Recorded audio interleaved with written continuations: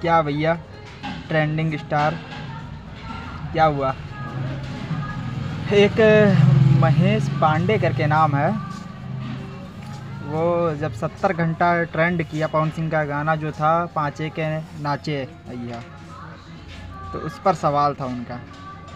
इस समय खेसारी का जो गाना आया है झगड़ा 2.0, 2 घंटे में नीचे नंबर 1 मेन पेज से, अब कहाँ गया स्टारडम, ट्रेंडिंग स्टार?